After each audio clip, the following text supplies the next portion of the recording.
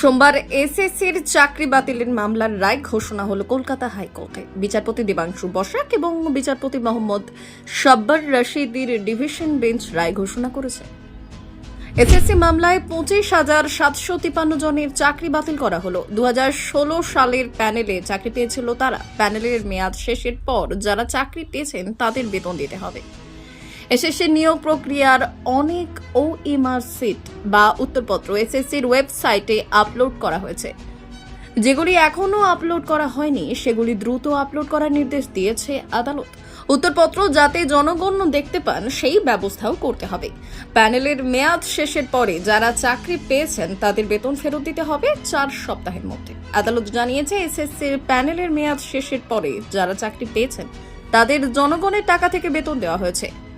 4 সপ্তাহের মধ্যে সুদ সহ সেই বেতন ফেরত দিতে হবে সকলকে। বছরে 12% সুদে টাকা ফেরত দিতে হবে। যারা যোগ্য তারা পাবেন, যারা অযোগ্য তারা জয়েনিংয়ের কথা কিভাবে শুরু হবে সেটা আদালত অর্ডারটা তো পুরোটা আপলোড হয়নি, অর্ডারটা তো পুরোটা করেননি। যে অংশগুলো পড়েছেন সেই অংশগুলো বললাম, মূলত অর্ডারটা আপলোড হয়ে গেলে পুরোটা জানতে। দাদা, যারা চাকরি প্রার্থী এখানে আছেন এবং তারা আনন্দ পেয়েছেন তাদের জন্য অর্ডারে কিছু আছে আলাদা? অবভিয়াসলি তারা এই যোগ্য বঞ্চিত চাকরি প্রার্থীরা এতদিন ধরে যারা বঞ্চিত হয়ে আসছিলেন, এতদিন ধরে তো তারাই এই আন্দোলন করছিলেন। সেই আন্দোলনের জয় হলো যোগ্য বঞ্চিত চাকরি প্রার্থীরা যারা বলছিলেন এখানে আমরা বঞ্চিত হয়েছি, অযোগ্যরা চাকরি পেয়েছে, যাদের এদের কথা শোনা হচ্ছিল না, আজকে আদালত শুনেছে এবং নির্দেশ দিয়ে। না, বাতিলটা তো বটেই, কিন্তু নিয়োগটা? হ্যাঁ, অবভিয়াসলি তারা পাবেন, তারা পাবেন।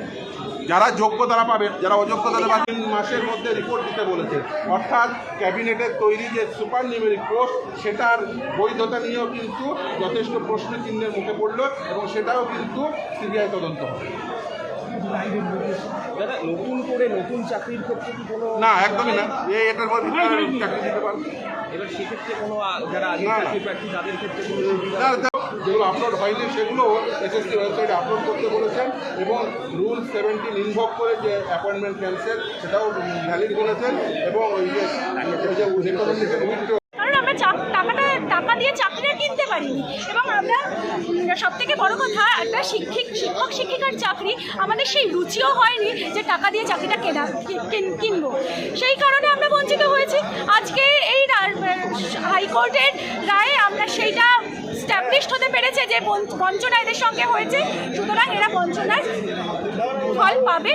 আমাদের উপরে যারা যোগ্যভাবে পরীক্ষা দিয়েছে এবং যোগ্যতার নিরিখে যাদের র্যাঙ্ক আছে তাদেরকে নিয়োগটা দেওয়া, সেই প্রসিডিওর মনে হয় 15 দিনের মধ্যে শুরু করতে নির্দেশ দিয়েছে, এমনটাই শুনলাম।